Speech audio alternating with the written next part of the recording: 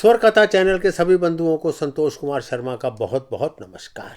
साथियों, आप सभी ने तो टीपू सुल्तान का नाम अवश्य सुना। टीपू सुल्तान को राष्ट्रवादी यानी कि पहला राष्ट्रवादी, धर्मनिरपेक्ष, सांप्रदायिक सद्भाव में विश्वास करने वाला, अहिंसा का दूत, मंदिरों की रक्षा करने वाला, न जाने कौन कौन सी विभूतियों से सम्मानित किया गया। जो लोग 1990 के दशक में जवान हो चुके थे या स्कूलों में पढ़ रहे थे, उन्होंने अवश्य एक सीरियल देखा होगा जिसका नाम था सॉर्ड ऑफ टीपू सुल्तान। वो भगवान एस गिडवानी के उपन्यास पर आधारित था। उसमें टीपू सुल्तान को बहुत ही महान बताया, परंतु क्या वाकई में सच है ये? यदि हम बहुत से लेखकों का और जो चिट्ठियां उसने अपने सेनापति या बाकी लोगों से आदान प्रदान की थी, यदि उनकी ओर नज़र डालें और दूसरे जो प्राइमरी सोर्स है उनकी ओर नज़र डालें तो चीज़ कुछ उल्टी ही नज़र आती है। आप लोगों ने शायद पिछले सप्ताह मेरा एक शॉर्ट वीडियो देखा होगा जिसमें मैंने कहा था औरंगजेब ऑफ साउथ यानी कि दक्षिण का औरंगजेब कौन था। यदि हम इन तथ्यों पर जाएं, जो प्राइमरी सोर्स अवेलेबल हुए हैं उन पर जाएं, तो वो और कोई नहीं, टीपू सुल्तान ही था। एक नमूने के अनुसार जो उसके दस्तावेजों से मिला है, 1788 में टीपू ने कोडागू पर आक्रमण किया था और कहते हैं कि पूरे के पूरे कस्बों और गांवों को जला दिया था। टीपू ने करनूल के नवाब रणमुस्त खान को एक लिखे पत्र में बताया था कि कैसे उसने 40,000 कोडवा यानी कि कोडगू के निवासियों को बंदी बना लिया और उन्हें जबरन इस्लाम में परिवर्तित कर दिया और उन्हें अहमदी कोर में भी शामिल कर दिया। इसी प्रकार जब हम मालाबार की बात करते हैं जहां उसने आक्रमण किया था, कहते हैं कि सबसे पहले 30,000 सैनिक टीपू के यानी कि टीपू के 30,000 सैनिक चल रहे थे और जो भी रास्ते में मिला उन्होंने उनको मार डाला। और टीपू खुद एक हाथी पर सवार था जिसके पीछे भी 30,000 सैनिक चल रहे थे। सबसे अधिक पुरुषों और महिलाओं को कालीकट में फांसी दे दी। बच्चों को उनकी माओ के गर्दन से बांधकर फांसी दी गई। ईसाइयों को और हिंदुओं को हाथियों को पैर से बांध दिया गया और हाथियों को तब तक घुमाया गया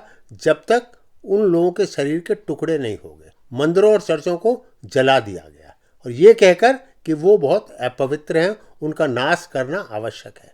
बहुत से मुस्लिम पुरुषों की महिलाओं से शादी कर दी गई। जिन लोगों ने इस्लाम धर्म स्वीकार नहीं किया उन्हें तुरंत फांसी देने का आदेश दे दिया गया। कहते हैं कि कोझिकोड में तबाही इतनी जबरदस्त थी कि 2000 से अधिक ब्राह्मणों का सफाया हो गया और बाकी जंगल में भाग गए।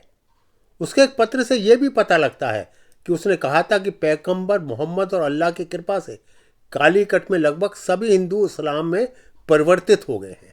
केवल कोचीन राज्य की सीमा पर कुछ लोग अभी भी परिवर्तित नहीं हुए और उन्हें भी मैं शीघ्र ही परिवर्तित कर दूंगा।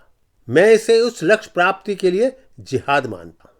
केवल लोगों की हत्या ही नहीं हुई बल्कि मालाबार में जो काली मिर्च का व्यापार होता था वो भी बिल्कुल नष्ट हो गया। आज तक मालाबार के लोग उसके आक्रमण की घातक स्मृति में एक मलयालम शब्द का प्रयोग करते हैं, पदयोतम। टीपू के समर्थक कहते हैं कि वो हिंदुओं के प्रति बहुत दयालु था और उसने श्रृंगेरी मठ को बहुत से उपहार दिए। वास्तव में सच्चाई ये नहीं है। हाँ, उसने उपहार तो अवश्य दिए थे, परंतु यहाँ यह भी कहना होगा कि वो श्रृंगेरी मठ को उपहार अवश्य दिए गए, परंतु वो उसकी राजनीतिक मजबूरी थी। ऐसा माना जाता है कि तीसरे एंग्लो मैसूर युद्ध में टीपू की बहुत बुरी तरह से हार हुई थी। वो कमजोर हो गया था और मराठाओं द्वारा भी हमलों से वो बड़े परेशान था। उसने हिंदुओं को संतुष्ट करने के लिए ये उपहार दिए थे ताकि हिंदू, वहाँ के जो हिंदू हैं, वो उसके खिलाफ ना हो जाएं और उसकी एक अच्छी इमेज बन जाए, अच्छी तस्वीर लोगों के सामने के बाद। एक और विषय पर गौर करते हैं, जब उसने मैसूर की गद्दी संभाली तो जितने भी हिंदू नाम के शहर और कस्बे थे उन सबका नाम मुस्लिम कर दिया, उनका भी एक तरह से इस्लामीकरण कर दिया।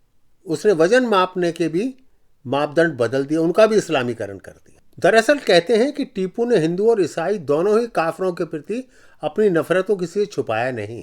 जो दस्तावेज टीपू के मरने के बाद मिले हैं उसमें उसने हिंदुओं को काफिर और काफिर कहा है और अंग्रेजों को ईसाई कहा गया है। और ये भी कहा है उसने कि यदि भारत में इस्लाम का शासन मजबूती से स्थापित करना है तो उससे शुद्धिकरण करना होगा, यानी कि उनको परिवर्तित करना होगा वहां के लोगों को इस्लाम में। टीपू के समर्थक उसे बहुत बड़ा राष्ट्रवादी मानते हैं, परंतु लंदन में भारतीय कार्यालय में सुरक्षित टीपू के कुछ पत्र मिले हैं जिसमें साफ तौर से ये संकेत मिलता है कि टीपू ने फ्रांसीसियों के साथ पत्र व्यवहार से अंग्रेजों को बाहर निकालने के लिए और शासन को आपस में विभाजित करने के लिए एक साजिश रची थी। और केवल यही नहीं, टीपू ने अफगान शासक जमान शाह को भारत में आक्रमण करके इस्लाम के कारण मदद करने के लिए भी आमंत्रित किया था। टीपू के आदेश पर उसकी सेना द्वारा हिंदुओं का जबरन धर्म परिवर्तन करने, बलात्कार और अपहरण के कई रिकॉर्ड मिलते हैं। कई लोगों को तो यह भी मानना है कि उसने लगभग 8000 मंदिरों को गिरा दिया था। कुछ इतिहासकारों को तो मानना है कि टीपू सुल्तान का क्षेत्र के स्थानीय हिंदुओं और आदिवासियों से तो ऐसा लगता था कट्टर दुश्मनी है। एक पत्र में टीपू सुल्तान ने अब्दुल कादिर को लिखा था कि 12,000 से अधिक हिंदुओं का इस्लाम से सम्मानित किया गया है, यानी कि कन्वर्शन को वो सम्मानित कह रहा है, और इनमें कई नंबूदरी ब्राह्मण हैं। और इस बात का खूब प्रचार होना चाहिए ताकि अधिक से अधिक हिंदू इस्लाम में कन्वर्ट हो जाएं, इस्लाम को अपना लें। और ये भी कहा गया था उस पत्र में कि किसी भी नंबूदरी ब्राह्मण को बख्शा नहीं जाना चाहिए। एक पत्र में उसने कालीकट के कमांडर को लिखा था, मैं अपने 2 अनुयायियों मीर हुसैन अली के साथ भेज रहा हूँ, आप सब हिंदुओं को पकड़कर मार देना और 20 साल से कम उम्र वालों को जेल में रख सकते हैं, बाकी 5000 लोगों को पेड़ की चोटी से लटकाकर मार दिया जाना चाहिए। इन तथ्यों से क्या निष्कर्ष निकाला जा सकता है कि टीपू राष्ट्रवादी था, धर्मनिरपेक्ष था, या एक टायरेंट था, एक इस्लामी क्रूर शासक?